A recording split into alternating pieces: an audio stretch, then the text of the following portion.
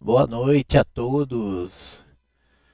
Boa noite. Olá, Boa Boa noite. noite, Boa tudo bem? noite, tudo bem com vocês? tudo bem? Oi, Graças a Fábio. Deus. Olá. Carmen tá a primeira vez aqui, né, Carmen? É isso? Sim, sim. Mas eu assisti a aula anterior pelo link que o senhor me Ah, mandou. legal, bacana. Gostou? Gostei sim, por isso eu estou aqui. Ah, que bom. Helenice, boa noite. Célia, boa noite. Lígia, ó, tem toda a maior parte do pessoal aqui já viaja comigo, Rogério, Alan, Sueli, Bem, a que bom. Lígia, Luciana, tudo bem, Lu? Legal. Tudo bem? Narci, boa noite, seja bem-vinda. Márcia, Márcia também, Márcia. Muito legal a turma, hein? Imagina a É. gente Pessoal de na, Campinas, Piracicaba. imagina a gente na Itália, hein, Fábio? Toda essa turma aí, Olha que só. maravilha que vai ser, hein? Ó, o Rogério já tá na Itália aí, ó. Está É, com a- aqui é eita, hein? Já tô aqui animando, já ó, aquecendo, já. já tá aí na viela italiana. É. Mês passado agora, nós fomos para Portugal, Lisboa e Fátima, e depois nós fomos para Israel.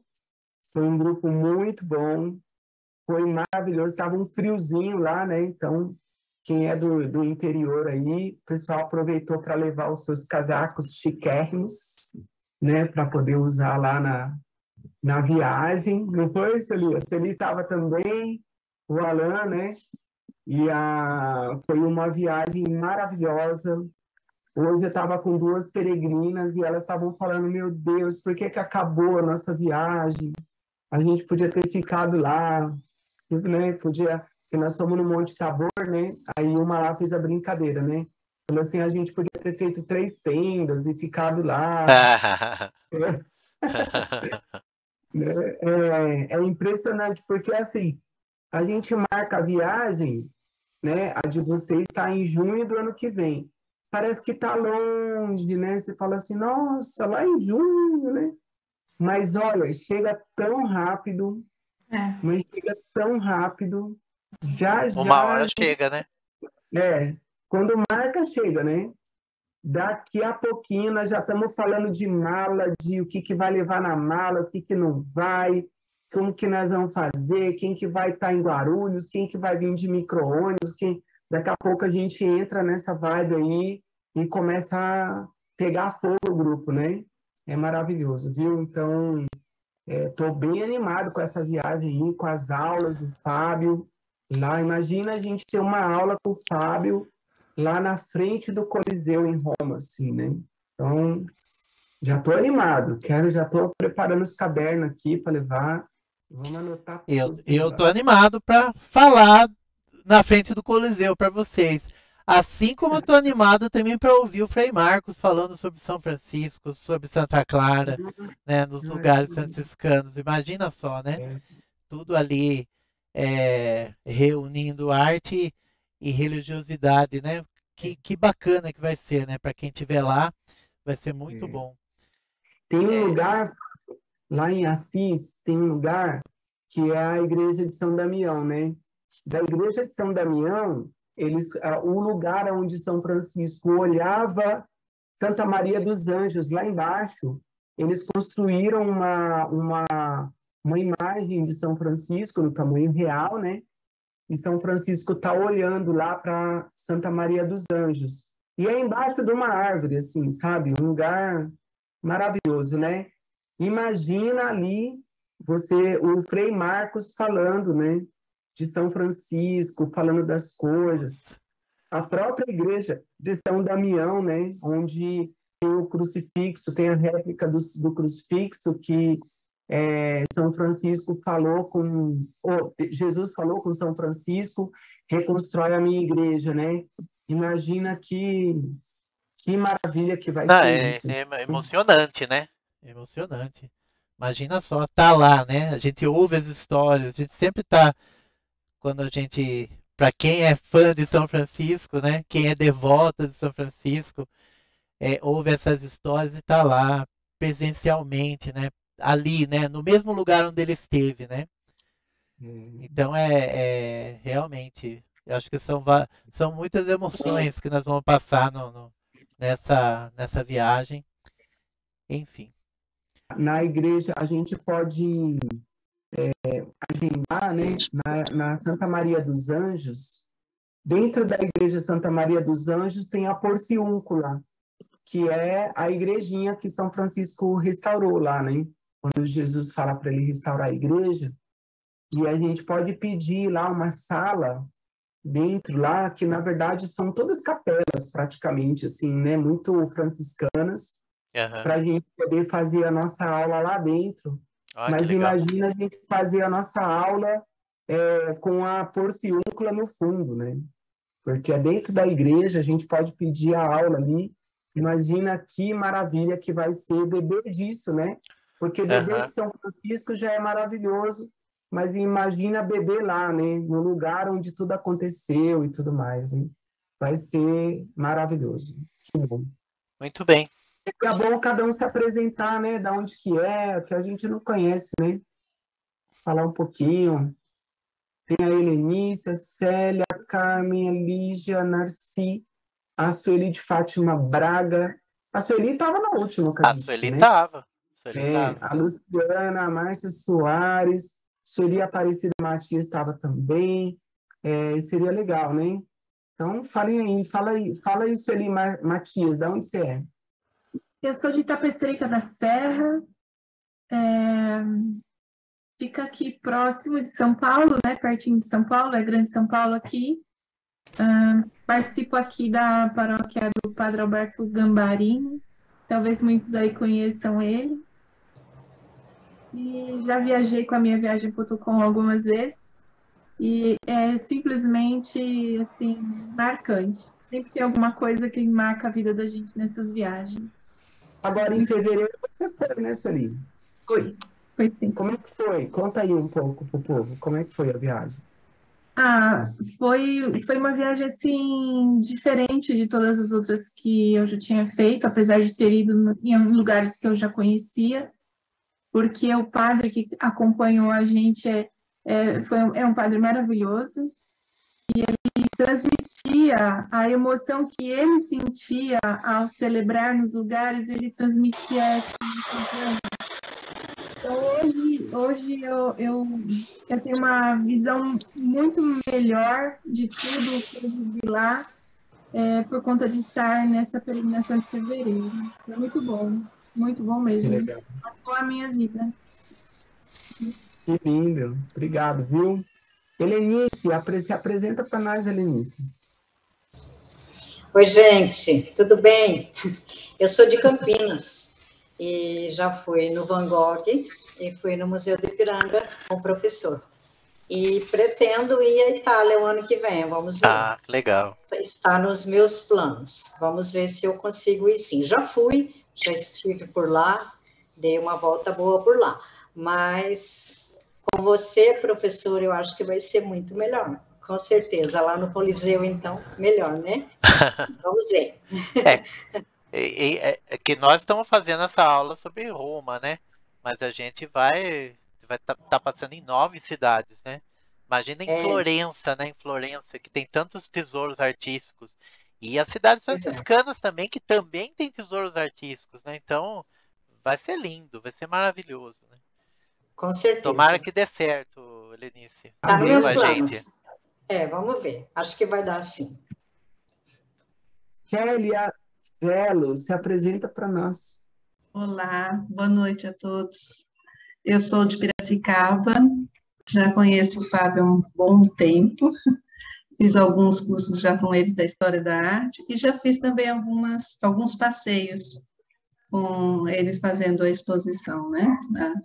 Então, eu também estou pretendendo fazer com vocês essa viagem. também já estive um pouquinho por lá, mas não de uma forma assim tão mais profunda, né? Então, Legal. estamos aí, Bacana. preparando. E a Carmen? Fala para nós, Carmen, quem é você? Oi, boa noite. Eu sou de São Paulo. Na verdade, eu conheci o professor Fábio só pela internet, ainda não conheço pessoalmente. Tenho visto que ele tem vindo fazer os passeios em São Paulo. Eu até já fiz contato, alguns eu gostaria de participar. É que eu não tenho parado aqui, eu fico no sítio em Mogi das Cruzes, então tem que coincidir de eu estar aqui, né? Mas eu ainda quero conhecê-lo pessoalmente, fazer um desses passeios aqui de São Paulo. E aí me interessei quando ele mandou a informação sobre a aula e aí a viagem, né? Acoplada. Sim. Eu também gostaria muito, mas ainda estou assim, e quero conhecê-lo nos passeios aqui de São Paulo, mas isso eu tenho que ver a minha agenda, porque eu fico mais no sítio do que aqui mesmo. Hoje eu estou em São Paulo, estou aqui no apartamento do meu filho. Mas legal. eu estou Que bairro muito. que você está aí? Ipiranga, Alto do Ipiranga. Ah, Ipiranga. Perto de metrô, então eu costumo fazer esses passeios que o senhor veio ver aqui, de metrô. Quer dizer, eu vou para vários... Domingo eu vou estar aí no Museu do Ipiranga. É verdade, eu vi. Eu até já fiz, na verdade, nós temos aqui também um professor, que não sei se o senhor conhece, o Marcos Marsulo, ele tem um grupo que se chama Visite SP, e ele faz esses passeios, tal. Então, o Museu do Ipiranga até já fiz com ele. Mas o Museu do Ipiranga é um lugar que a gente volta várias vezes, né? Sim. E nunca conhece o suficiente. Então, provavelmente ainda voltarei com o senhor. Mas é isso, por enquanto é isso. Eu estou gostando, não conheço ninguém pessoalmente ainda, mas estou gostando de conhecê-los assim, online. Legal, seja bem-vinda. Obrigada. Lígia Piva. Se apresenta para nós, Lígia. Lígia já viaja comigo faz tempo. Já é da família. Eu sou de Campinas e já conheço o professor há algum tempo e estou sempre que eu posso fazendo um passeiozinho com ele aí, porque ele entende bastante, ele explica bastante e a gente sempre viaja nas histórias com ele. E eu estou indo sábado agora com ele para a Sala São Paulo. Para a Sala São Paulo, que é outro lugar que eu sempre tive vontade de conhecer e agora vou poder conhecer. Que legal. E agora vai para a Itália também, né? Tá tudo certo já. O seu nome já... A Itália já acho que não vai dar dessa vez. Mas para Deus vai acontecer. Então vamos esperar aí, né? Isso. Tá bom, bem-vinda, viu, Lígia? Obrigada. Narci Franca, boa noite, se apresenta para nós. Boa noite, eu sou de Piracicaba. O sonho de conhecer, viajar Itália e Roma, conhecer Roma e mais partes do mundo é grande. Só não está dentro dos meus... Vamos falar do meu orçamento, não computa nada. Eu fico feliz de conhecer vocês, conhecer o trabalho de vocês, mas sobre viajar nesses níveis aí, está longe para mim. Eu fico feliz de saber das histórias de vocês. Que legal. Mas olha, você pode se surpreender, viu? Você vai ver, o Alan vai fazer uma coisa, ó. O Fábio, de repente, o Fábio te dá uma viagem de presente, você não tá sabendo ainda. Uau! Ai, deixa eu sonhar mais um pouco, então. Agora eu vou sonhar, mais ainda. Mas obrigada por poder estar participando aqui com vocês, é um prazer. Imagina, conhecer o trabalho de vocês. Legal. E espero poder estar mais vezes com vocês. Conhecer mais e mais. É a primeira vez que eu estou fazendo esse... Sempre será bem-vinda. Obrigada. Já está dentro, já faz parte da família. Sueli Braga. Obrigada. Boa Pode noite, mandar os oi Sil. para mim aí que eu tento o máximo para participar, que eu ainda trabalho, né? Então, mas é um prazer. Vai dar Obrigado certo. por estar aqui. Eli Sueli Braga, Braga. se apresenta de novo para nós. Solta o som. Ai. Rogério, você esqueceu uma coisa muito importante. O ano que vem nós estamos completando 800 anos das Chagas de São Francisco de Assis, lá no Monte Alverne. Nós estaremos lá fazendo história. Olha Muito só, importante. olha, não sabia disso. Não Que sabia legal. também, não.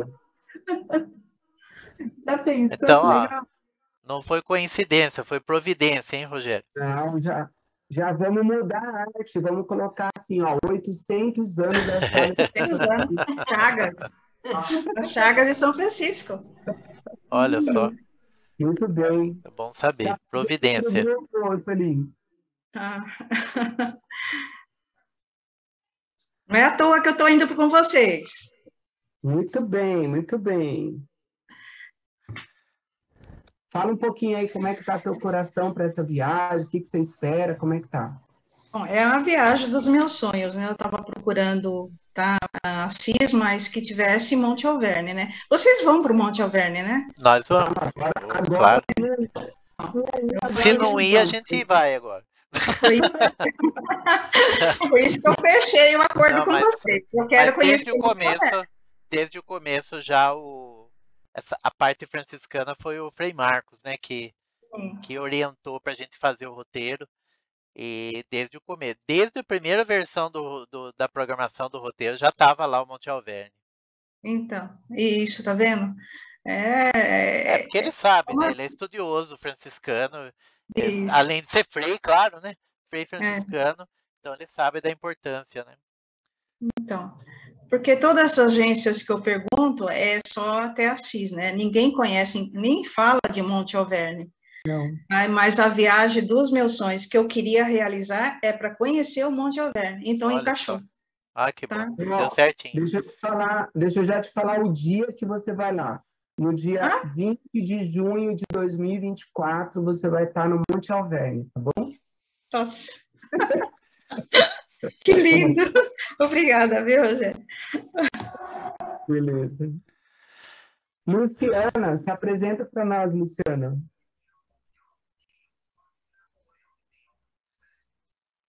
Tá fechado o microfone. Ah, sim, agora sim. Boa noite a todos. Bem, eu já sou acostumada a viajar com o Fábio, eu gosto muito, é sempre um aprendizado. Inclusive, vou sábado também na Sala São Paulo, eu já conheço, mas vou levar minha mãe e minha irmã, né? E sempre é uma delícia estar aí com o pessoal, né? Falar de arte, nossa, é tudo de bom. A viagem para a Itália ano que vem, eu ainda não pensei ainda, né? Ainda não me planejei, quem sabe, né? E estou aqui para assistir a aula, porque tenho certeza que tem muita coisa boa aí que vai vir, né? Então, um beijo a todos aí. Obrigado. Seja bem-vindo. Maravilha. Márcia Soares, se apresenta para nós. Boa noite.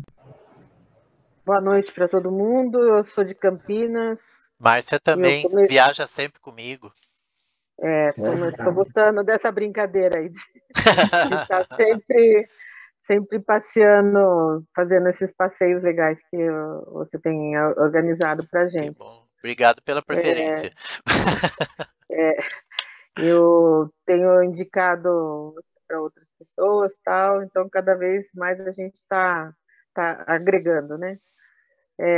Eu resolvi assistir os cursos, a apresentação da outra semana e dessa, para ver se eu me animo, porque ao mesmo tempo que eu tenho vontade de conhecer a Europa, na vontade é a Europa inteira, não é só um canto ou outro, né? Eu também fico pensando, se eu invisto tudo numa viagem grande dessa, e aí eu teria que deixar de fazer as viagens menores. Então, ainda estou definindo o que é prioridade para mim. Que é conhecer a Europa no ano que vem, 2, 3 semanas, né? Que acho que são 20 dias, né, de viagem, não sei. Do dia 10 ao dia 26. São 16 dias. 16 dias, é. Ou 2 semanas e pouquinho. Ou fazer vários passeios aqui pelo Brasil mesmo, né? Que eu já passei um pouco pelo Brasil, mas ainda tem um monte de lugares também que eu não conheço. Então, eu ainda estou definindo. Então, enquanto isso, eu vou me distraindo vou me empolgando ou não com as aulas que eu posso assistir com vocês aqui para, pelo menos, absorver um pouco da cultura. Certo, legal. Depois o Alan, depois ele vai entrar em contato com você, Márcia. Ele vai fazer um plano irresistível para você, que você vai fazer a nacionais e a internacional também, tá bom? Tá bom. Combinado. Faltava a Nilde. Eu não estou conseguindo falar, né? Tá sim. Te ouvindo. Tá sim, estamos te ouvindo. Eu estou aqui, mas não estou conseguindo pôr a webcam aqui para ver a minha imagem. Então é isso que eu não estou. Estamos te ouvindo. Mas eu sou amigona da Márcia aí. Estou puxando a Márcia para ir comigo também. Márcia, vamos, Márcia, vamos. Eu estou já pagando aí as mensalidades, eu estou gostando muito. Sempre vou nos passeios com o Fábio, né? Passeios curtos. Também está sempre com a gente. Esse ano está meio difícil para mim, que eu fiquei doente no começo do ano. Por incrível que pareça, eu tive cachumba, acredita? Nossa. E aí faz 2 dias que eu melhorei da Covid. Nossa. Márcia, fiquei doente aí 2 semanas. Por isso que eu não estou nem marcando os passeios que eu gosto de fazer com o Fábio, essas pequenas excursões, né? Por conta de ter ficado doente, né? Então, espero ficar forte agora para ir mais passeios aqui por isso. Logo você já está de volta com a gente. Se Deus quiser, Fábio. Só preciso arrumar meu webcam aqui, que eu não estou vendo a imagem, mas tá bom, vocês não estão me vendo. Mas você está vendo a gente? Estou vendo vocês, mas eu não estava sabendo que eu estava presente aí na conversação. Agora tá melhor. Eu queria só colocar rapidamente antes de a gente começar, né? Faltou alguém falar? Faltou só apresentar eu, Alan, a Sueli se apresentou. Eu vou fazer o gancho e daí vocês se apresentam, porque eu agradeço todo mundo que já viaja comigo, que está aqui, e quem não viajou também, que pretende viajar, e também quem não foi, enfim, essa experiência, né? Desde 2014 eu faço as viagens culturais, né? Aliando a minha experiência do professor de História da Arte com a questão do turismo, sempre proporcionando uma viagem diferente, né? E quando eu conheci o Rogério e o Alan, conheci a minha viagem, porque eu estava planejando, eu quero fazer uma viagem para a Itália, né? E quando eu os conheci, eu fiquei muito entusiasmado, porque da parte deles, eles têm uma experiência muito grande em viagem internacional, né? Em peregrinações. Então, assim, juntar 2 coisas, né? E mais ainda a experiência do Frei Marcos, né? Que tem toda a questão religiosa e de estudo franciscano, clariano. Então, nossa, o que eu tenho a dizer para vocês que eu nunca fiz uma viagem assim, né? Então, para mim também está sendo uma viagem dos sonhos, né? Vai ser também a realização dos sonhos, tanto como a pessoa que vai estar lá, como visitante, mas também como profissional que vai poder fazer esse trabalho junto com um pessoal assim tão bacana, tão competente como o Rogério, como o Alan e todo o pessoal aí da minha viagem. Agora vocês se apresentam, hein? Eita, que responsabilidade, né? Mas é assim, a gente faz isso por vocação, por amor, por missão. A gente acredita muito nesse trabalho, é um trabalho que transforma a vida das pessoas. Ninguém que vai numa viagem dessa volta igual, nunca mais, né? Então, a gente tem colhido muitos depoimentos, muitas experiências das pessoas voltarem de lá com uma experiência de vida única, né? Então, por 1000 motivos, tanto pelo conhecimento, quanto pela experiência, quanto pelos lugares, aquilo tudo que a gente consegue proporcionar como agência, né? Os hotéis, os passeios, tudo, é tudo muito incrível. É uma viagem transformadora, é a viagem dos sonhos, né? E vou falar para vocês, cada vez que a gente vai, também é a nossa viagem dos sonhos, né? Cada vez que a gente vai, para nós é a primeira também, né? Então, em Assis, já fui muitas vezes lá, mas toda vez que eu vou lá, eu volto com o coração apertado de ter que deixar Assis, porque dá vontade de ficar lá, né? É uma cidade maravilhosa mesmo, né? É montar as 3 tendas, né? Da nossa parte, vocês podem ficar tranquilos que a gente está preparando tudo com muito, muito, muito amor e vocês vão se surpreender com tudo que a gente está preparando para vocês, tá bom?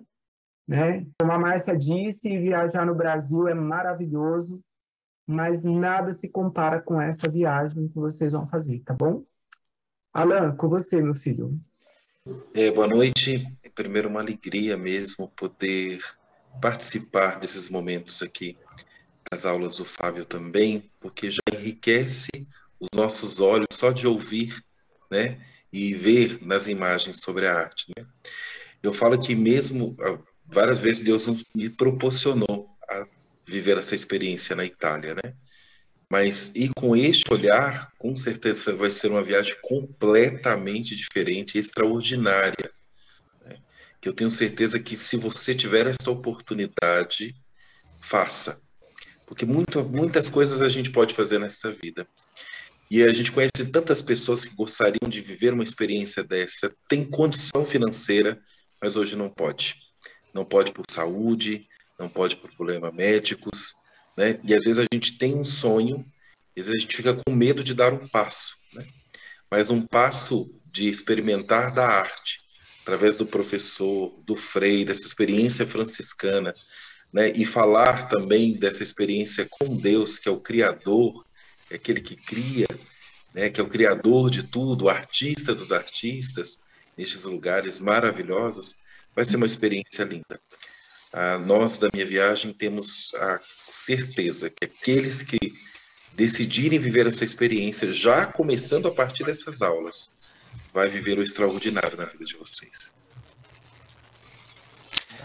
Muito bom. Muito bem. Fábio, a palavra é sua. Muito bem. Vamos lá, sem mais delongas. Vamos falar, então, dos tesouros artísticos do cristianismo em Roma. Muito bem. Então, bem-vindos à nossa aula. Tesouros Artísticos de Roma, número 2, em que nós falaremos sobre os tesouros artísticos, alguns tesouros artísticos do cristianismo em Roma. É claro que falar da presença cristã em Roma, né, é simplesmente colocar um assunto para um curso e não somente para uma aula, né? Então, o que nós vamos ver aqui hoje são alguns locais, algumas obras de arte. Nós vamos com certeza ver muito mais estando lá na Itália, lá em Roma, mas vamos dar um gostinho, né, para vocês do que alguns desses tesouros, para vocês terem uma ideia da quantidade de imagens, de obras, de edificações, né, de igrejas que nós e outros locais, né, em que se fez a história dos santos, dos mártires, né, como São Pedro, né. É bem interessante saber que o cristianismo surgiu na Palestina, né, no Oriente Médio, mas a sede da Igreja Católica, a sede o papado não é em Jerusalém, né? Não é no Oriente Médio, é em Roma, né? Por conta da importância de Roma para a difusão do cristianismo nos primeiros tempos.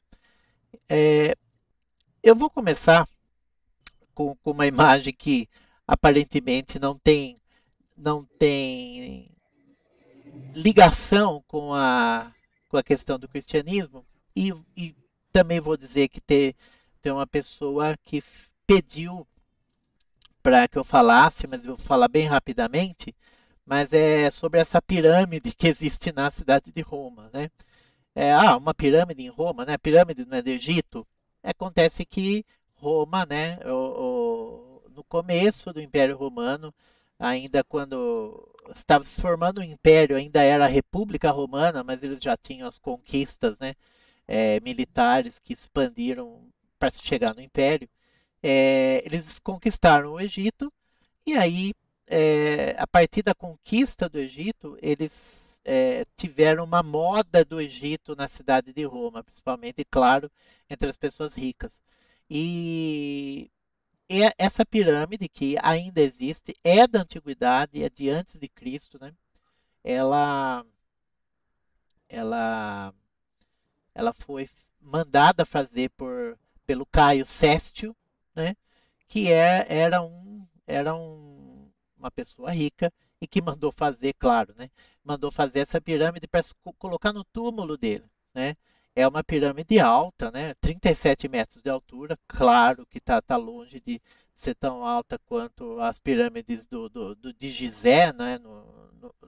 No Cairo, no Egito. A grande pirâmide de Gizé tem 146 metros de altura, só como comparação. Mas mesmo assim, 37 metros de altura é grande, né?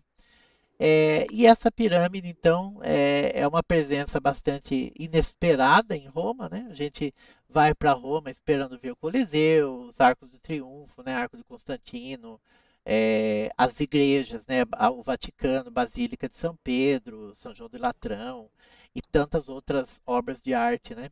Os museus do Vaticano, as catacumbas, né? E aí se depara com uma pirâmide, né? É uma pirâmide autêntica porque é da antiguidade, né? Autêntica, qualquer uma é autêntica, mas ela não é egípcia, ela é romana, imitando as pirâmides romanas. E ela está bem do lado, né? Vocês estão vendo aqui na imagem, você consegue ver aqui o ponteiro do mouse apontando? Esse castelinho aqui que vocês estão vendo é a Porta São Paulo, né? A Roma antiga, assim como as grandes cidades da antiguidade, as pequenas também, sendo cidades. Alguém está com o microfone aberto? Pode fechar, por favor? Fechar. Tá, obrigado. Essa porta é uma das portas da muralha aureliana. A muralha aureliana era a muralha que protegia a cidade, né, de invasões. E você tinha 18 portas dessa para você poder entrar na cidade. E a Porta São Paulo, que antigamente se chamava Porta Ostiense, porque levava para o porto de Ostia, que era um porto que dava acesso para o mar, para Roma. Então, essa pirâmide foi feita ali do lado dessa porta, né? Do lado da pirâmide e do lado da Porta São Paulo, você tem o cemitério dos não católicos de Roma, ou chamado cemitério protestante, embora o cemitério protestante seja um nome errado, né, incorreto, porque pessoas que não são cristãs também são enterradas ali, né, ateus, judeus, então, enfim, tá todo mundo ali, tradicionalmente, era o local de se enterrar pessoas não católicas. Enfim, uma curiosidade que se conecta com a questão do cristianismo, por conta a gente vai ver, isso é um sarcófago, né? Isso é um jazigo, um túmulo. Nós vamos ver daqui a pouco as catacumbas, que são locais de sepultamento dos cristãos, né? E alguns não cristãos também, embora as pessoas não saibam. Perto da Porta São Paulo. São Paulo, porque dava acesso à Basílica de São Paulo fora dos muros, né? Ou seja, fora da muralha aureliana, foi construída essa igreja, né, que pertence ao Vaticano, inclusive, né, mas está fora dos muros, está fora dos limites territoriais do Vaticano, inclusive, né. Então, aí o primeiro ponto, agora explicitamente da presença cristã em Roma, é o cárcere Mamertino, né. Cárcere quer dizer prisão, né. Então, aqui, mas isso tem cara de prisão? Isso não é uma prisão. Né? Essa fachada é da atual igreja, né, que está sobre o antigo cárcere. Né? O cárcere é muito antigo, ele estava localizado ali no Fórum Romano. Na outra aula nós falamos sobre o Fórum Romano, que é a praça principal da cidade, né? Onde estavam os principais prédios públicos. as basílicas, os principais templos pagãos, tribunais e também o cárcere, né? O cárcere, originalmente, ele era uma prisão somente para celebridades, era uma prisão não muito grande e que estava junto com a Cloaca Máxima. O que é a Cloaca Máxima? Um nome feio, né, para a gente hoje, mas queria dizer, cloaca era o lugar onde se rejeitavam refugos. Podia ser um esgoto, uma espécie de você jogar lixo, resíduo, mas era, na verdade, um local de descarte de corpos de prisioneiros que eram mortos, né? Então ali era a Cloaca Máxima, junto com a prisão Mamertina. Mamertino a gente não sabe até hoje muito bem porque tem esse nome, é um nome tradicional, tem mais de 2000 anos, porque a prisão é do século VII a.C., existia desde essa época, enfim. Supõe-se que tem a ver com o deus Mamers, que é o nome do nome do deus Marte, num dialeto do latim, que se chama osco, né, que é uma língua próxima do latim. Enfim, aqui tradicionalmente é o local, se tem a tradição, né, isso não está na Bíblia, né, com esse nome, mas tradicionalmente, na tradição cristã, se coloca que São Pedro e São Paulo foram presos aqui, estavam aprisionados aqui antes de serem martirizados, né? Então, aqui nós estamos vendo na foto um local, supostamente onde São Pedro teria ficado aprisionado, né? Que é um local abaixo da igreja, então da atual igreja de São José dos Carpinteiros, né? San Giuseppe dei Falegnami, né? São José dos Carpinteiros, que é recente, né? Recente comparado com a antiguidade da prisão, que é de 1540, e aqui então você tem esse altar onde São Pedro teria sido aprisionado antes do martírio. Vocês notaram que aqui no altar você tem essa cruz invertida, né? No texto, inclusive, eu não estou explicando por quê. Alguém sabe por que tem uma cruz invertida? Já ouviram falar da cruz invertida? Que é um símbolo cristão, né? Não tem nada a ver com outras coisas que vocês possam pensar. Porque São Pedro foi crucificado de cabeça para baixo? Exatamente, foi isso mesmo, foi exatamente isso. Então é uma lembrança do martírio de São Pedro, né? Que foi crucificado de cabeça para baixo, porque ele pediu para ser assim, porque ele não era digno de ser crucificado da mesma forma como nosso Senhor Jesus Cristo, né? Então esse altar faz essa lembrança. Conta a história também que os guardas da prisão, né, os carcereiros, né, Martiniano e Processo, teriam sido convertidos, teriam sido evangelizados, né, convertidos por São Pedro, que também, no fim, os dois acabaram por adotarem a nova fé, também foram martirizados, né? Enfim, e hoje eles são Santo Martiniano e Santo Processo. Muito bem, vou falar então agora das catacumbas, né? Falamos de uma prisão subterrânea, uma prisão abaixo da terra, falemos das catacumbas, né? As catacumbas, você tem aí perto de 43 catacumbas em Roma, né? Então tem uma extensão muito grande de catacumbas, né? 560 quilômetros de extensão e dia a dia são descobertas novas, né? Então, à medida que eles mexem, porque Roma, Itália, né, Europa em geral, você cavoca no quintal e acha uma antiguidade, né? Lá também, vocês vai fazer uma obra do metrô, acha uma catacumba, acha alguma coisa antiga, né? Ou um prédio antigo lá soterrado. Não é diferente no caso das catacumbas. Enfim, as catacumbas originalmente elas só existiram porque, para os romanos pagãos, né, ou seja, antes do cristianismo aparecer, somente os judeus e Roma tinha, no Império todo, né, e em Roma também, uma comunidade judaica grande, né? Somente os judeus enterravam seus mortos, né? Os pagãos, os romanos, pagãos e outros pagãos não romanos também não enterravam os mortos, eles cremavam os mortos, né? Então não era necessário você ter um cemitério, um lugar onde você enterrasse os mortos. As catacumbas originalmente então eram utilizadas pelos judeus e depois pelos cristãos, né? Os primeiros cristãos que enterravam, sepultavam os mortos, né?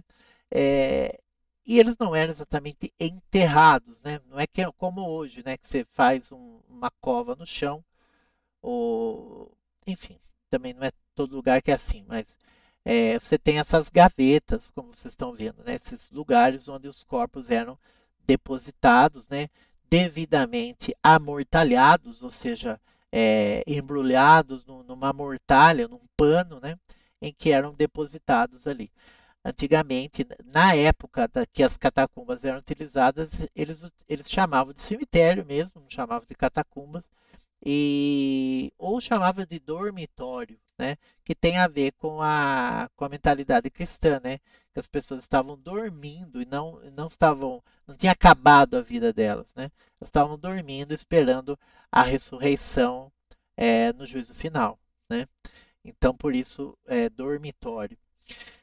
Pela lei romana, era proibido você fazer enterros, né, dentro dos limites da cidade, ou seja, dentro dos limites da muralha, né? Então, essas catacumbas, elas são todas nos antigos limites da cidade. Lógico que hoje a cidade tomou esse território, que antigamente era a margem da cidade, mas perto das saídas para as estradas, né, que saíam de Roma, né? Lembre-se que todos os caminhos levam a Roma, todos os caminhos saem de Roma. Essas estradas, então, também, ao longo dessas estradas, existiam muitas catacumbas. Hoje está dentro do limite urbano da cidade, mas naquela época estava fora. Que mais? Queria mostrar para vocês aqui também. Aqui, então, você tem muitas imagens. Você tem esses lugares, né? Os arcosolium, que a gente fala, que são os lugares onde se depositavam os mortos. Muitos desses eram jazigos de família, ou seja, pessoas da mesma família eram enterradas, eram sepultadas próximas. Mas tinha muitos desses lugares, né? Desses jazigos, né? Nessas catacumbas, que eram decorados, né, com símbolos cristãos e também com imagens, né? À medida que o tempo vai passando, as imagens vão ficando mais elaboradas, né? É claro que chega um momento que o cristianismo é tolerado, né? Depois principalmente do Édito de Milão, de Constantino, e as catacumbas continuam sendo utilizadas, né? Não é porque parou de existir a perseguição que elas deixam de ser utilizadas. Existe até uma conta que se faz que 80% das catacumbas que existiram, que foram descobertas até hoje, 80% delas foram ocupadas depois que acabaram as perseguições aos cristãos. Então, assim que a nova fé foi oficializada, né, foi permitida, então mais gente ainda foi procurar as catacumbas para poder utilizá-las, né? Então vocês veem uma dessas imagens que é tida como a imagem mais antiga de Nossa Senhora, de Maria, com o menino Jesus, né? Ela está danificada, está faltando uma parte e tudo. Ela é muito simples, né? Ela também é corroída, vamos dizer, pelo tempo, mas mostra, né? Nossa Senhora com o menino Jesus no colo, né? Nas catacumbas de Santa Priscila. Outra pintura, né, que a gente vê numa outra catacumba, que é a catacumba de São Calixto, que é a imagem do bom pastor. A imagem do bom pastor é sempre associada, no contexto cristão, sempre associada com o próprio Jesus Cristo, né? Que ele fala no Evangelho de São João: eu sou o bom pastor, né? Dou a vida pelas minhas ovelhas. O bom pastor já é uma figura que existe antes do cristianismo, né? Os povos tanto do Oriente Médio quanto da Europa, povos agrícolas e também pastoris, tem na imagem do pastor alguém que cuida, né? Alguém que cuida de algo importante para a comunidade, que é o rebanho que dá leite, que dá carne, que dá couro, né? E esse profissional, essa figura, ela acaba... vocês veem que Jesus utiliza uma imagem que todos conhecem, né? Que todos têm numa boa conta, que é uma figura cuidadosa, né? Que é do pastor, mas do bom pastor, né? E aí ele se coloca, claro, como o melhor pastor de todos, né? Melhor no sentido de ser o mais cuidadoso de todos, né? Que dá a vida pelas ovelhas, né? E aí, quando dentro da cultura romana, né, a figura que já era utilizada, né, nas representações pagãs, ela é ressignificada, ela é utilizada com um novo sentido aí dentro do cristianismo, como representando Jesus. Porque as primeiras representações de Cristo, elas não mostram diretamente Jesus nas cenas dos evangelhos. Elas são indiretas, como a imagem do bom pastor, né? Não é o próprio Jesus como se fosse o retrato de Jesus, né? Mas é uma figura simbólica, ela representa Jesus, né? Naquilo que Jesus faz, naquilo que Jesus representa para os homens, enquanto o Deus que cuida dos seus filhos, né? Aqui sim, aí uma imagem um pouco mais recente, que aí mostra o próprio Jesus, né? Aí, inclusive com o alfa e o ômega, né? Que são a primeira e a última letra do alfabeto grego, né? Lembrar que nessa época a língua mais falada nessa parte do mundo é o grego, não é o latim, né? Embora o latim seja muito difundido por causa do Império Romano, o grego é a língua que todo mundo, em qualquer lugar que você vai, tem alguém que sabe falar grego, né? Assim como hoje você vai em qualquer lugar, sempre tem alguém que fala inglês, né? É a língua comum de todos. Enfim, alfa e ômega, né? Como se coloca no Apocalipse, né? Eu sou o alfa e o ômega, né? Sou o começo e o fim de tudo, né? Jesus, então, olha só que interessante, representado com cabelo comprido e barba, como um profeta hebreu, né? Judeu, mas com roupas romanas, né? Essas roupas aqui são tipicamente romanas. Então vocês veem que cada época na representação cristã acaba colocando alguma coisa do próprio tempo na representação sagrada, né? Então aqui é Jesus vestido como um romano, né? É uma roupa comum, né? Uma roupa comum para eles. Já com os sinais que depois vão continuar sendo usados na arte cristã, que é a auréola, né? Que representa que ele é uma figura sagrada, né? Uma outra representação, essa aqui mais elaborada, vamos dizer assim, ou melhor preservada, de Nossa Senhora com o Menino Jesus. Olha só que coisa, né? Que coisa muito interessante, porque nós não estamos acostumados com esse tipo de representação, mas para a época em que foi feita, era a representação mais próxima de ser identificada por eles, como uma mãe e um menino. Então, Nossa Senhora é representada como uma dama romana, né? com um penteado romano, né? Com uma roupa de uma senhora, de uma matrona romana, inclusive com joias, né? Não, desculpa, não é joia, isso aqui é um defeito da parede. E o menino Jesus representado como qualquer menino romano, né? de qualquer outro tipo de representação, inclusive tumular, né? Que muitas vezes você tem representação das crianças que morreram em forma de estátua, em forma de pintura, entre os pagãos, né? Então é uma extensão da arte pagã, só que com objetivos de representação cristã, né? Vocês notam que ela está usando um véu, né? Tanto as romanas pagãs quanto as cristãs usavam véu, né? Mas o véu tem um significado especial dentro do cristianismo, né? São Paulo fala das mulheres comparecerem à congregação, né? A missa, né? Cobertas, né? Cobertas com o véu, né? Notem que aqui do lado nós temos o cristograma, que a gente chama, né? Que são as letras Ki e Rho, que são duas letras gregas que estão no nome grego de Cristo, né? Cristo é um nome grego, né? Cristo é a tradução para o grego da palavra Messias, né? Meshisha, né? Ou Mashiach, do hebraico ungido, né?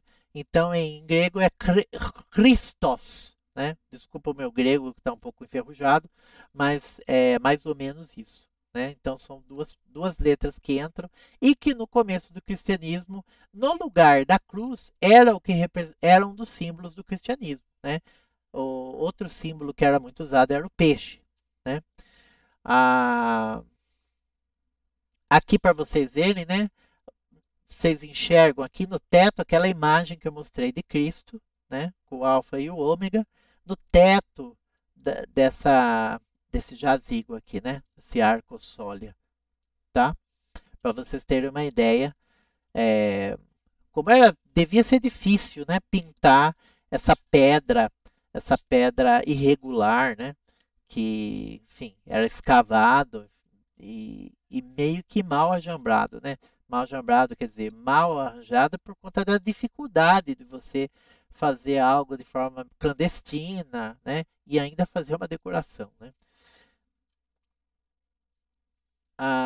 Aqui é uma obra, aqui já mais para frente, aqui já estão na época da legalização, né? Da permissão de que o cristianismo possa vir à luz, né? Então aqui nós já estamos em pleno florescimento público do cristianismo, desculpa.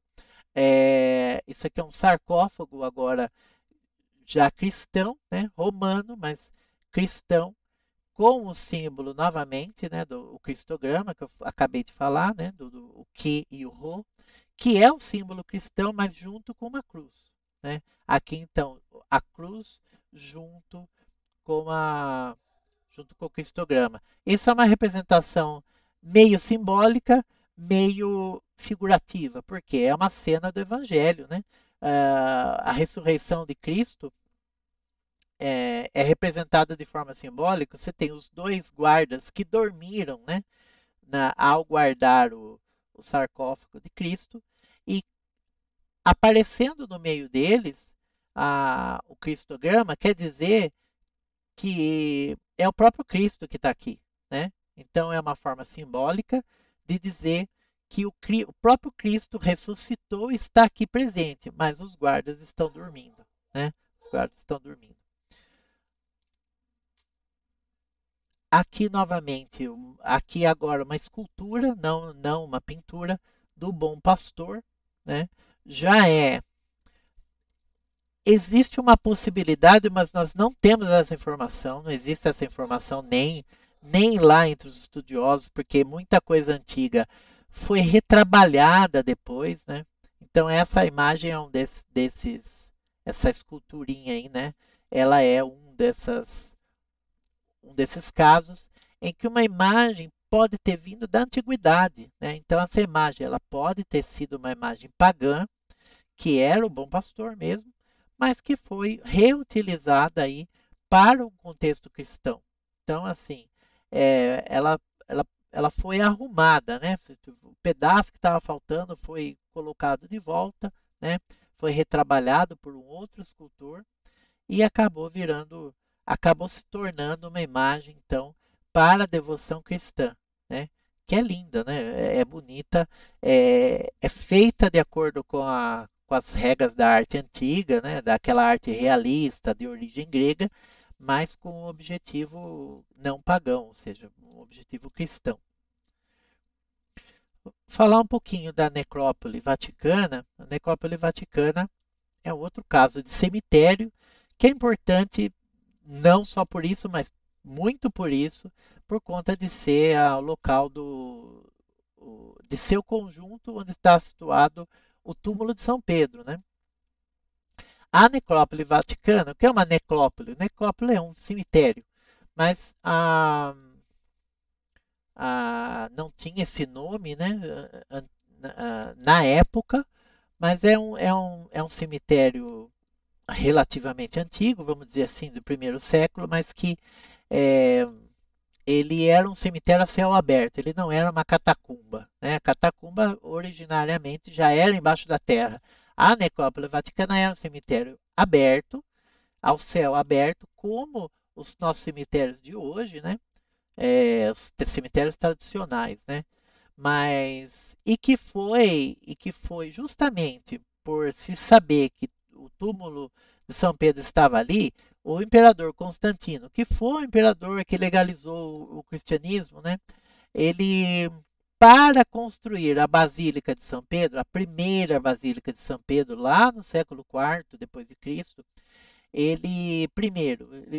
então, para poder ter um terreno que fosse sagrado, né? Então ele falou, vamos construir essa basílica em cima do túmulo de São Pedro. Só que nós vamos precisar soterrar, então encheu de terra o cemitério, né? E o cemitério acabou sendo soterrado. O túmulo de São Pedro não foi preservado, no sentido de ser separado dos outros para ser visitado, foi soterrado, o que acabou sendo uma forma de preservar não só o túmulo de São Pedro, mas também os outros jazigos, os outros túmulos, né? Eu não falei, mas as famílias romanas, a partir do século II, mesmo as famílias pagãs, começaram a enterrar também e não cremar mais os seus mortos, né? Então, esse cemitério, ele começou a ser usado também por pagãos. Então, você tem túmulos pagãos também aqui, né? O túmulo de São Pedro, né, tem uma história bastante interessante. Vocês veem aí uma foto do Papa Francisco rezando em frente às relíquias de São Pedro, né? Foram descobertos os ossos, né, os ossos de São Pedro, e esse túmulo, vocês veem aqui o acesso dentro da Basílica de São Pedro. Vem aqui toda uma decoração que não é da época de São Pedro, claro, né? Isso aqui tem coisas principalmente do século XX, né? Que foi trazido de outros lugares, remontado, coisa e tal. Enfim, nós vamos visitar esse local, né, Rogério, na nossa programação. Vamos ver sempre na Itália. Nesses lugares é assim, nós colocamos no roteiro e depois tem que ver a disponibilidade, né? Muitos lugares, hoje, por exemplo, pode estar aberto e na época da nossa viagem está fechado para reforma, alguma coisa. Sim, claro. É sempre assim, entendeu? Tá. Mas está previsto, né? Graças a Deus. Sim, está previsto. E é muito pouca gente que pode entrar de cada vez, né? São 12 pessoas só de cada vez, né? É só com autorização prévia e tal, e isso nós vamos já começar a mexer em tudo para a gente poder ir, né? Sim, legal. Enfim. Eu queria falar de 3 igrejas rapidamente. Que horas são, Rogério? Meu relógio está aqui do meu lado e ele parou. Agora é 21 horas. Tá. Então vamos terminar já rapidinho. Então, eu vou mostrar rapidamente aqui o mausoléu de Santa Constância, que é um dos primeiros tipos de igreja que apareceram assim que o cristianismo foi legalizado. Então começaram a se construir igrejas, né, que eram aparentes. Antes disso, as igrejas eram igrejas domésticas, né, chamadas domus ecclesiae, que quer dizer igreja de casa, igreja doméstica. As igrejas públicas, ou seja, que podiam mostrar que eram igrejas, só começaram a aparecer depois de 313, né?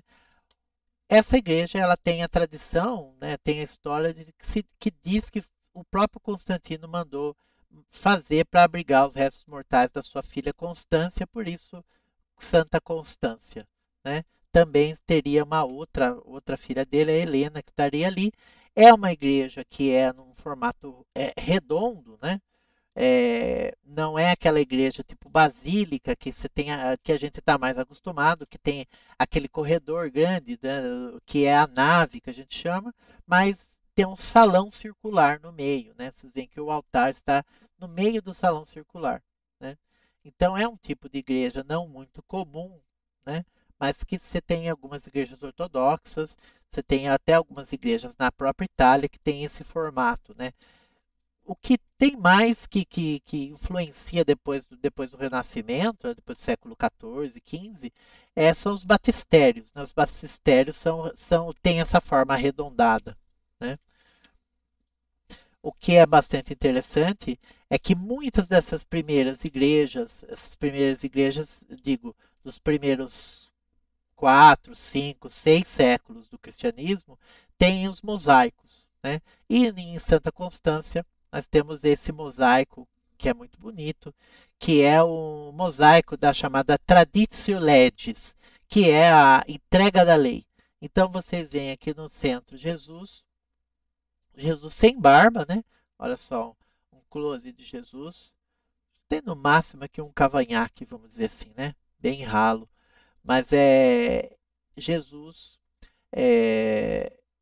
entregando para São Pedro, que está aqui à direita, entregando para São Pedro a lei, né? No pergaminho está escrito: o Senhor está entregando a paz.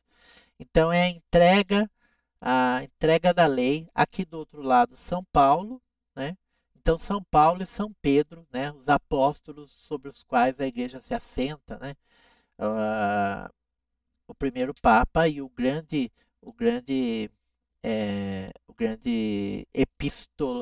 como que eu vou chamar? Escritor de cartas, né, de epístolas, que escreveu quase metade do Novo Testamento, né, sob a inspiração divina, claro. Aqui eu vou falar bem rapidamente de São João de Latrão, que é um dos lugares que a gente tem programado para a nossa viagem. E eu vou falar muito rapidamente porque tem muita coisa em São João de Latrão. É uma igreja muito bonita, é belíssima, né? Você tem obras de arte de várias épocas. Vocês veem aí essa fachada, né? Essa fachada ela é neoclássica, quer dizer, é do século XVIII, mas a igreja é do século IV, né? Então, desde o século IV, você tem a basílica, a igreja de do Santíssimo Salvador, né? Ou seja, ela é dedicada a Jesus Cristo, mas ela é conhecida como São João de Latrão. Latrão é o bairro de Roma, né? Laterano, né? Em italiano, San Giovanni Laterano. É dedicada a Jesus, a São João Batista e São João Evangelista, né? E é a igreja sede do papado. Então, assim, a cátedra do bispo de Roma, que é o Papa, é essa igreja. Então, ela não só é uma basílica, como você tem as outras basílicas papais em Roma, como a própria Basílica de São Pedro, Basílica de Santa Sabina, Basílica de São Paulo fora dos muros, etc. Ela é a arquibasílica da cristandade, né? Ela é a única igreja do mundo que tem esse título, arquibasílica, porque ela é o local da cátedra, da cadeira do bispo de Roma, que é o Papa, né? Então vocês estão vendo aqui nessa imagem, a cadeira, né? A cátedra, né? Cátedra em latim quer dizer cadeira, cadeira onde se senta o bispo. No caso, o bispo de Roma, o Papa. Vocês veem que ela tem um local de destaque, né? Você tem de um lado, nessa imagem, vocês estão vendo o altar-mor, lá no fundo, e desse lado, do outro lado, você tem a cátedra, a cadeira do bispo de Roma. Vocês veem lá em cima, e essa é a imagem que eu quero falar um pouquinho mais, que é o mosaico da crucificação. É uma crucificação, não é uma crucificação literal, como a gente está acostumado, uma descrição da cena como contada nos evangelhos, mas é mais uma crucificação mística, né? Então vocês veem que ela está bem acima da cátedra, aqui um close ainda maior, em que, inclusive, é uma obra feita ao longo de vários séculos, né? Teve adições.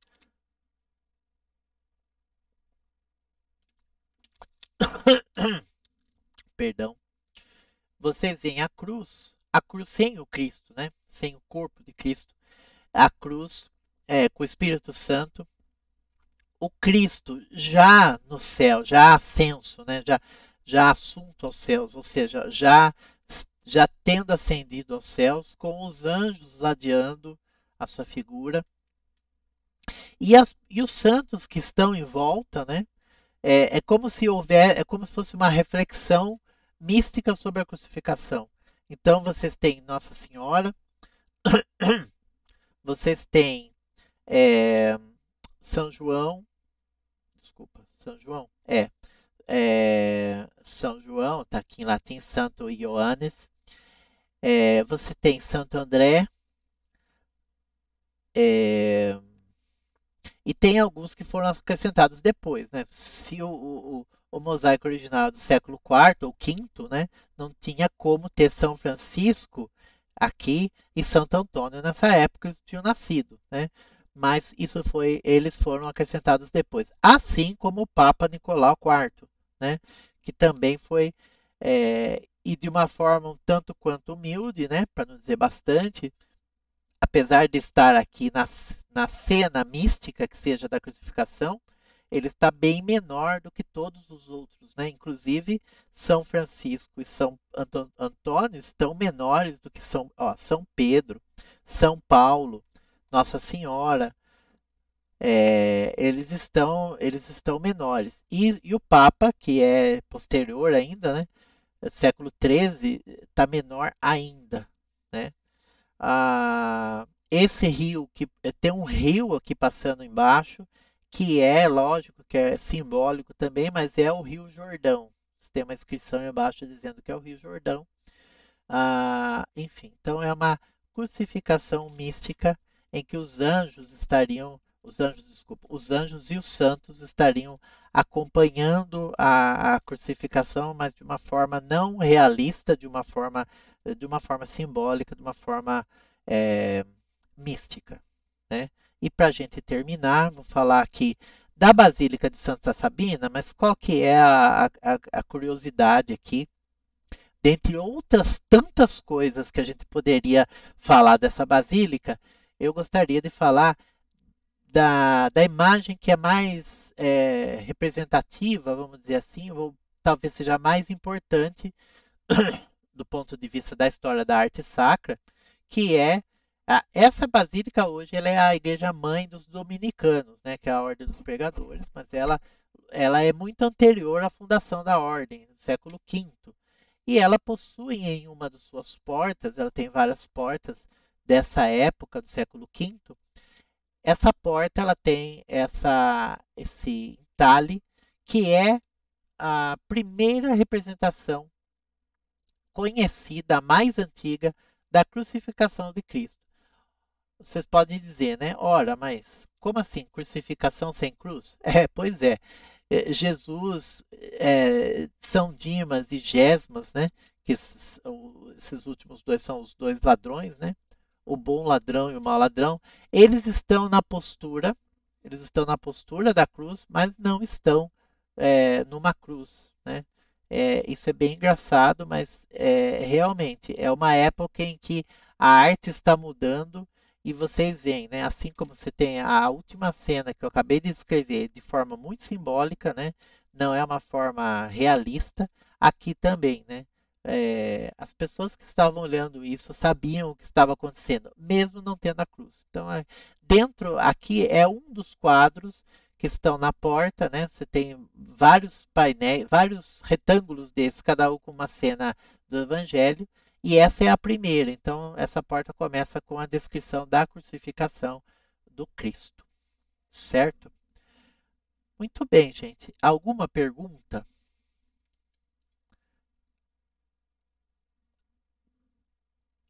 Porque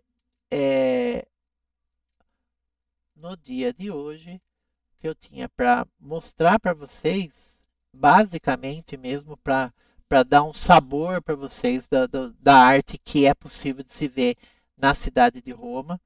Claro que nós temos os museus do Vaticano, nós temos os museus capitolinos, né, que quase ninguém fala, mas é um museu bastante importante também.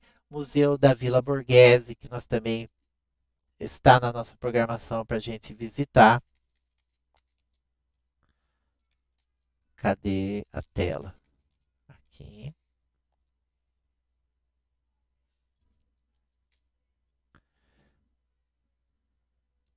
Beleza. Tudo bem, é isso. Temos, se vocês têm alguma pergunta, alguma coisa que vocês gostariam de colocar? Eu achei maravilhoso. Maravilhoso. Essa foi, assim, um arranhar sobre a superfície, né?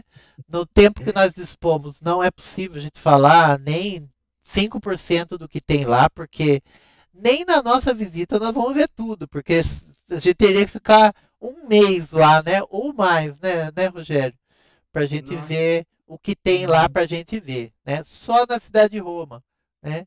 Então, assim, realmente foi para dar uma ideia para vocês, estando lá, lá ao vivo, presencialmente em Roma, a gente vai ver muitas coisas. É aquela coisa de você tá andando pela rua, cada esquina tem um monumento, né? Em cada lugar você tem uma igreja, você tem um local, ou você tem um monumento pagão, ou você tem uma igreja que tem alguma coisa também da antiguidade pagã junto, né?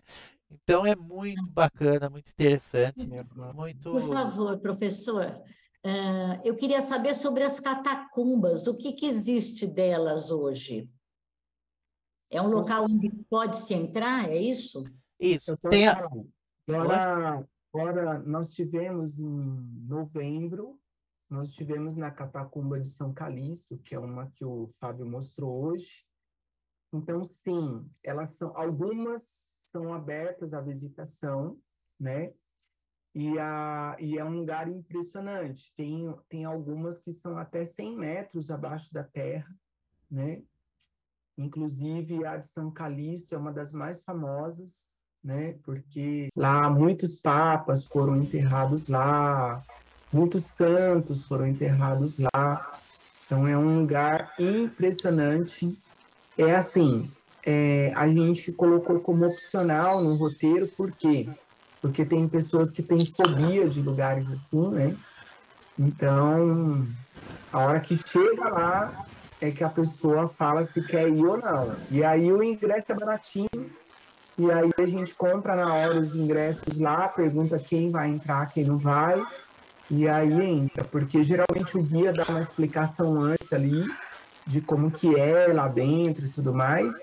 E aí a pessoa diz se vai ou não, a gente vai lá e pega os ingressos e entra. Mas é uma experiência única.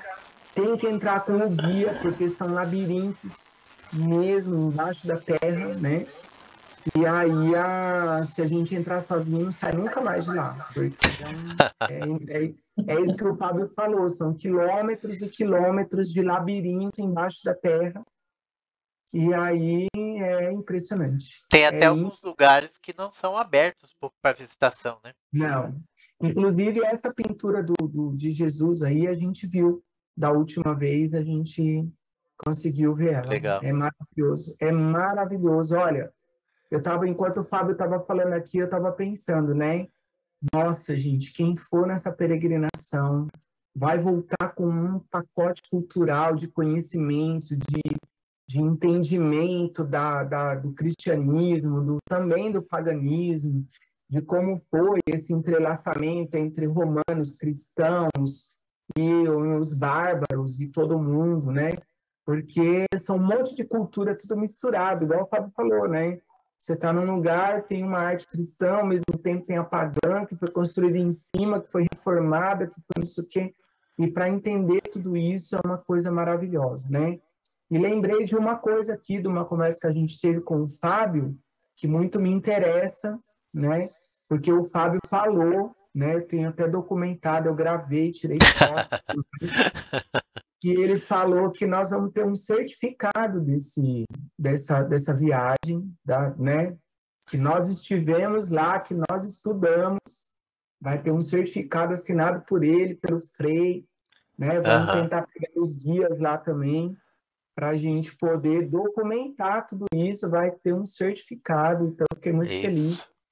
Vou colocar aqui no meu lugar de honra aqui da parede. Tá aí. Muito bem. O Alan teve que sair, tá bom? Ele falou que deu um temporal agora lá onde ele tá, acabou a energia, acabou tudo, então ele teve que sair. Mas tudo bem, aí eu fiquei aqui para dar o recado dele. Então, o que o Alan vai fazer, gente? É assim, nós aqui da agência, a nossa missão é criar as condições para que todos possam ir, tá bom? Então, o que o Alan vai fazer? O Alan vai entrar em contato com cada um, depois o Fábio que tem os contatos vai passar para ele. Isso. E a gente vai estudar junto com você, o Alan vai estudar junto com você um plano para que você possa ir nessa viagem, tá bom? Então, olha, tem parcelamento, tem financiamento, tem um monte de maneira que a gente pode fazer para criar essa condição para você, tá bom? Não deixe de ir, porque é aquilo que ele falava no começo, né? Muitas vezes, quando a gente é mais jovem, a gente tem sonhos enormes, né? E depois, ao longo da vida, vai vindo as dificuldades e a gente reduz os nossos sonhos para aquilo que a gente está, na situação que a gente está. Só que sonho é sonho e a gente tem que realizar, porque a vida passa rápido e depois a gente não pode mais. Então, não deixe de realizar seus sonhos, peça ajuda, né? O Fábio, que é milionário, de repente doa uma viagem para você, não tem problema. E a gente vai, aquilo que tiver dentro do nosso alcance, pode contar com a gente que a gente vai fazer, tá bom? A Sueli Matias, ela acho que nos últimos 4 anos aí, ela foi em todas as peregrinações que nós fizemos. Né? Todas. De setembro para cá, acho que ela já foi em 3, né? Setembro, novembro e fevereiro. E ela não é milionária. E não é milionária, né? Então, o que a gente faz? A gente fez um plano, Minha Viagem, Minha Vida, para ela, entendeu? E a gente vai trabalhando junto e vamos nos ajudando dentro daquilo que cabe no nosso orçamento também, tá bom? Então, contem com a gente, estamos juntos. Obrigado, viu, Fábio, pela confiança. Imagina, eu que agradeço. Né? O Fábio falou que talvez em abril o nosso encontro vai ser presencial, com café, um monte de coisa. E aí, lanchinho. Da nossa parte aqui, nós preparamos um presente para vocês. Acabamos de estar em Israel agora, em fevereiro, então nós trouxemos um presente de Israel para cada um que for presente lá, nós vamos entregar, tá bom? Fiquem ligados na divulgação, porque nós vamos acertar direitinho a data desse encontro presencial. A próxima aula, né, provavelmente vai ser, então, no encontro presencial, e eu espero que vocês possam participar, tá, com a gente pessoalmente, né? Ai, que legal. Né? E aí a gente falar, pessoalmente é diferente, né? Lógico que a gente tem a tecnologia hoje que possibilita a gente fazer esse tipo de reunião virtual, mas não tem como fazer, não tem como o encontro presencial, né? Você poder apertar a mão, dar um abraço a cada um de vocês, né? E a gente se olhar olho no olho, né? E não para a câmera. Isso mesmo. Mas assim, fiquem ligados que logo a gente vai divulgar essa data, né, Rogério? Isso mesmo. Obrigado, Tá bom. gente. Boa noite. Deus abençoe todos. E que a gente logo se veja, se encontre rápido. E essa semana aí o Alan vai entrar em contato com vocês, tá bom? Obrigado, viu? Obrigado, Bom, pessoal. Obrigada, boa noite a todos. Deus abençoe. Boa noite a todos. Boa noite. noite. Obrigada. Boa noite. Boa Boa noite. noite. Obrigada. Boa noite.